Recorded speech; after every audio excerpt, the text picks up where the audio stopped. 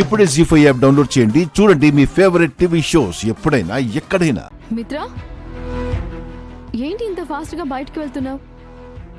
బయట ఎవరో ఇద్దరు సస్పీషియస్ గా ఉన్నారు. సస్పీషియస్ గానా?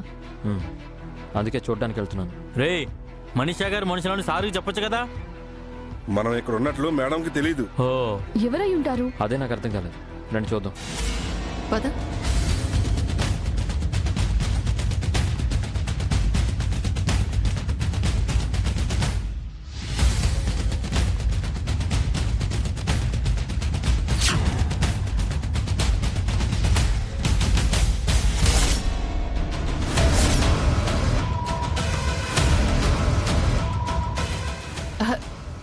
వీళ్ళు మనవాళ్లే కదా, ఇక్కడేం చేస్తున్నారు? ఇక్కడ ఏం చేస్తున్నారని అడిగితే తడబడుతున్నారేంటి వీళ్ళు? ఎవరు వీళ్ళు?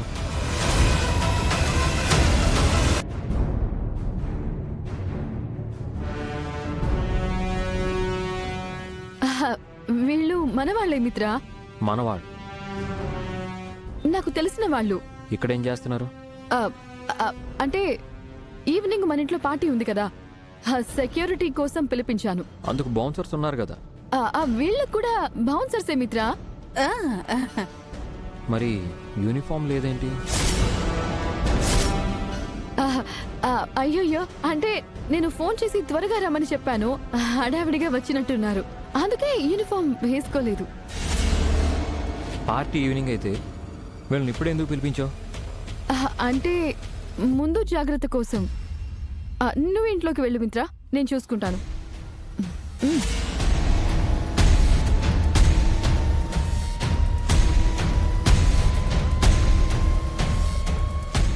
రే, ఇక్కడేం చేస్తున్నారా? మేడం ఏంటో చెప్పి చావు. భాస్కర్ తప్పించుకున్నాడు మేడం.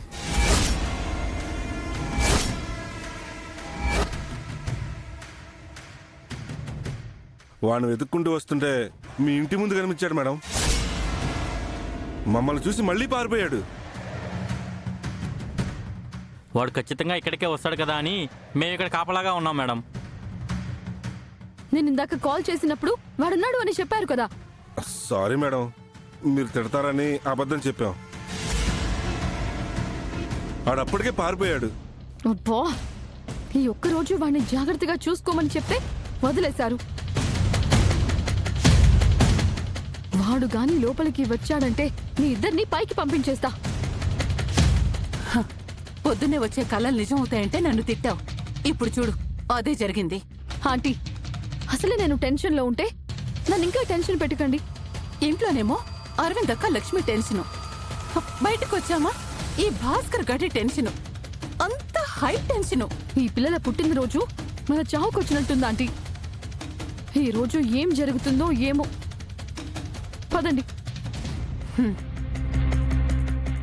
జీ5 యాప్ డౌన్లోడ్ చేసి అన్ని ఎపిసోడ్స్ పూర్తి ఉచితంగా చూడండి.